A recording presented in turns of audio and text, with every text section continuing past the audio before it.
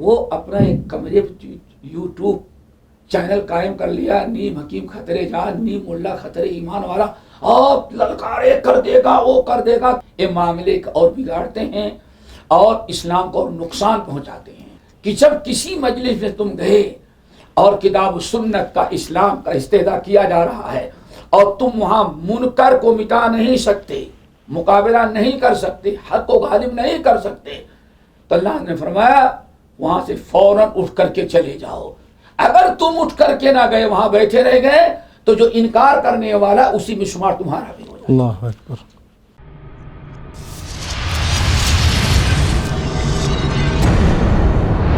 Set plus T V, safety for all. آج کل ہندوستان میں روزانہ رات میں لائیو ٹی وی شوز چلتے ہیں جہاں پر کچھ ایسے لوگ جو اپنے آپ کو عالم کہتے ہیں یا علماء بھی ہوں گے بعض لوگ، لیکن قرآن و حدیث کی روشنی میں کم اور ماحولیات کے حساب سے زیادہ گفتگو ہوتی ہے اور انہیں بھڑکایا جاتا ہے، انہیں اکسایا جاتا ہے، یا یہ کہہ لیں کہ انہیں ان کی بات بسا اوقات کہنے کا موقع بھی نہیں دیا جاتا ہے اور دین اسلام اور اسلامی عقائد کا برملا مذاق اڑایا جاتا ہے. تو کیا ایسے ٹی وی شوز میں مسلمانوں کو اور بالخصوص ایسے نام نہاد علماء کو شرکت کرنا چاہیے؟ اعوذ باللہ من الشیطان الرجیم، بسم اللہ الرحمن الرحیم. وقد نزل علیکم فی الکتاب ان اذا سمعتم آیات اللہ یستہزأ بہا فلا تقعدوا معهم حتی یخوضوا فی حدیث غیرہ. اللہ تعالیٰ نے قرآن پاک میں 2 مقام پر اس مفہوم کی آیت نازل کی ہے جہاں اسلام کا مذاق اڑایا جائے، دین کا استہزاء کیا جائے اور دین کا ٹھٹھا اڑایا جائے، وہ بھی ایسے چینل پر جہاں دنیا کی ساری پبلک دیکھ رہی ہو. کسی نیم ملا اور عالم کو وہاں جانا جائز نہیں. جائے جس کو اللہ نے جواب دینے کی صلاحیت رکھی ہے. لیکن ایک چیز یاد رکھیے گا، شیخ کو ہم کو آج تک کسی نے نہیں بلایا. کیوں معلوم؟ ایک کام کا نہیں آئے گا تو معاملہ الٹا ہو جائے گا. سمجھتے نا؟ ہمارے سامنے کچھ لوگ آئے مثال کے طور پر کہ دیکھیں یہی اور آنے والے مسلمان اور وہ ٹی وی چینل والا ہے، یوٹیوب چینل والا ہے، باقاعدہ بڑا مشہور چینل ہے. ہمارے پاس آئے ایسی میٹنگ میں، دیکھیں واقعی قرآن کہتا ہے دہشت گردی کی تعلیم دیتا ہے. میں نے کہا کون سی آیت ہے بتاؤ؟ ضرورت ہے سنجیدگی سے. وہ اپنا ایک کمرے یوٹیوب چینل قائم کر لیا، نیم حکیم خطرے جان، نیم ملا خطرے ایمان والا، اور للکارے کر دے گا، وہ کر دے گا تمہارے بتوں میں. ارے تمہارے بتوں میں اب اتنا دم نہیں رہے گا تمہارے اندر کہ وہ کوئی جواب دے، سوال کرے تم جواب دے سکو. یہ معاملے اور بگاڑتے ہیں اور اسلام کو نقصان پہنچاتے ہیں. ہمارے سامنے آئے کہنے کے کہ قرآن میں لکھا ہے کہ جہاں مشرک کو پاؤ قتل کر دو. میں نے کون سا قرآن تمہارے پاس ہے؟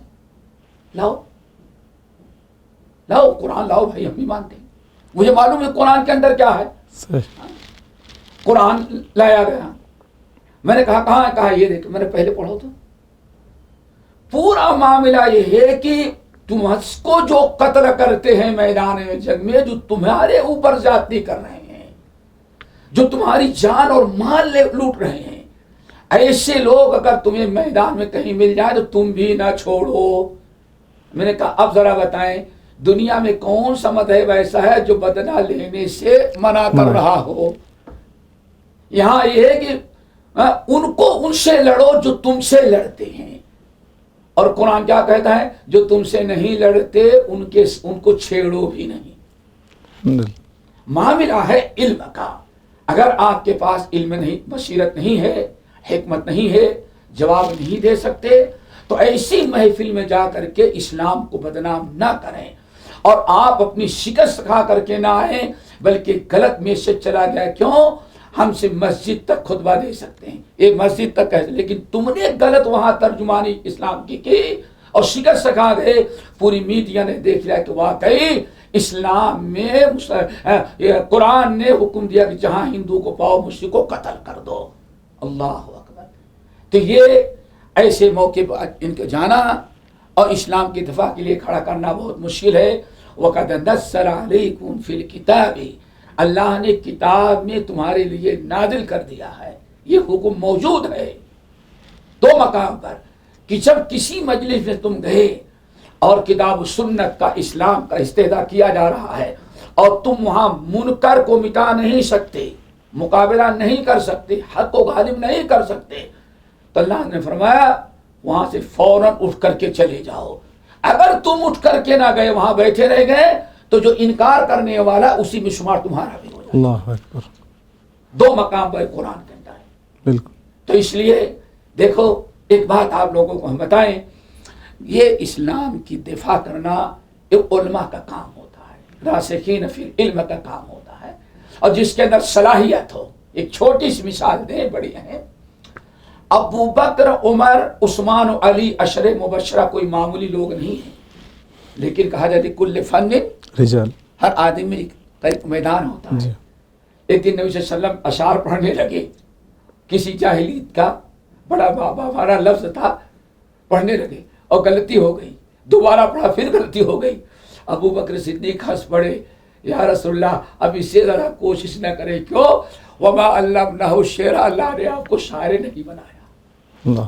جب کفار مشرکین کا ایک وفد آیا، ذرا غور سے سمجھے، لمبی ہو جائے تو نہیں چلے. جب تو وفد آیا اور کہا ہم آپ سے بحث کریں گے اشعار میں، نارمل گفتگو نہیں ہوتی، آدمی چیز ہے. اللہ نے تو پہلے بیان فرما دیا، ہم نے نبی کو شاعر نہیں بنایا، وہ اشعار نہیں کہہ سکتے.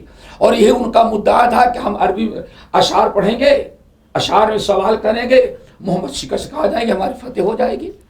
اب دیکھیں سب سے اونچا مقام ابو بکر کا ہے، عمر کا ہے، عثمان کا ہے، علی کا ہے، عشر مبشرہ کا ہے، سارے لوگ بیٹھے ہوئے ہیں. لیکن اب سوال ہے ان کا جواب شاعر، شعراء کا جواب شاعر میں کیسے دیا جائے؟ تو اللہ رسول نے خود آگے بڑھنے کی کوشش کی، نہ ابو بکر کو بلایا. ابو بکر کا یہ میدان نہیں. اب یہاں اسپیشلسٹ چاہیے جو ان کا جواب دے سکے.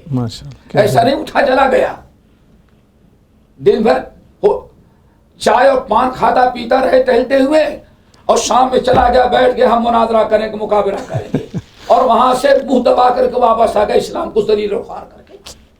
ابو بکر کو اللہ کے رسول نے فرمایا ابو بکر تم دو، عمر تم جواب دو نہیں. حالانکہ عمر وہ ہیں جن کی زبان پر حق گھومتا تھا. حدیث سارے لوگوں کو چھوڑا. اللہ سلم حسان آؤ. کیوں؟ اس میدان کے شہسوار کون تھے؟ حسان.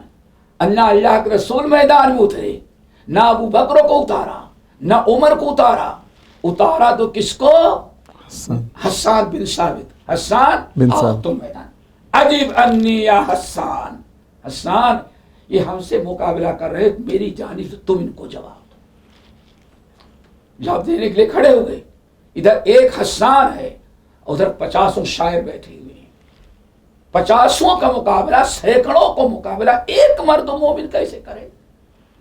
حسان بھی سوچتے ہیں، لیکن اللہ کے رسول کو حکم ہے آگے میدان میں. جب آگے بڑھے تو اللہ نے فرمایا اللہم ایدہ بجبرائیل. اللہ حسان میرا ایک ہے اسلام کا نمبردار، اور ادھر سینکڑوں ہیں، اللہ اس کی تائید کے لیے، مدد کے لیے جبرائیل امین کو بھیج دے. اللہ آگے جبرائیل امین. سارے شعراء جو ہے عرب منہ لے کر کے واپس گئے. ایک انسان ہے. تو کہنے کا مطلب یہ ہے کہ ہر اسلام کی دفاع میں ہر ایک کودنا پڑے، جس کو صلاحیت اللہ نے دی ہے وہ آئے، تاکہ باطل کو باطل قرار دے کر کے اور حق کو غالب کر کے آئے. اور آج یہی چیز ختم ہو گئی. جو علماء سے نہ مشورہ ہے، نہ علماء سے پوچھنا ہے، نہ کتاب و سنت کا مطالعہ کرنا ہے، اور لے دے کے 2-4 ہندو کی کتابوں کے جواب دیکھ لیا اور آ کر کے کھڑے ہو گئے. اور جب اس نے کہا کہ کتاب میں یہ ہے، نبی نے ایسا کیا. اب سوچئے ابھی عائشہ پر اعتراض کیا گیا نا، رضی اللہ عنہا پر، ٹھیک، توہین رسالت پر. جی. اگر کوئی یہ پوچھتا بھائی عائشہ تمہاری بیٹی تھی کہ ابو بکر کی بیٹی تھی؟ ابو بکر تو کوئی تکلیف نہیں تھی، تم کو کیوں تکلیف ہو رہی ہے؟ جی اس کا مطلب کہ تمہارا مقصد بدنام کرنا ہے، تمہارا مقصد کوئی عائشہ کی حمایت نہیں ہے. جس کی بیٹی تھی اس کو کوئی اعتراض نہیں، عائشہ کو کوئی اعتراض نہیں. فخر ہے کہ میں نبی کی بیوی ہوں، باپ کو فخر ہے کہ میں نبی کی بیوی ہوں. اور تکلیف 15ویں صدی میں ان کو ہو رہا 20ویں صدی کے اندر. کیوں بھائی؟ کہنے کا مطلب دوستو، میدان میں وہ شخص اترے جو جواب دینے کی صلاحیت رکھتا ہو. تو یہ میں نہیں سمجھتا کہ ایسے لوگوں کو میدان میں کسی سے صورت سے دفاع کے نام پر ذلت اور رسوائی اٹھائیں اور مسلمان شکست کھائیں. بہرحال یہ قطعاً جائز، بلکہ اسلام اور بدنام ہوتا ہے.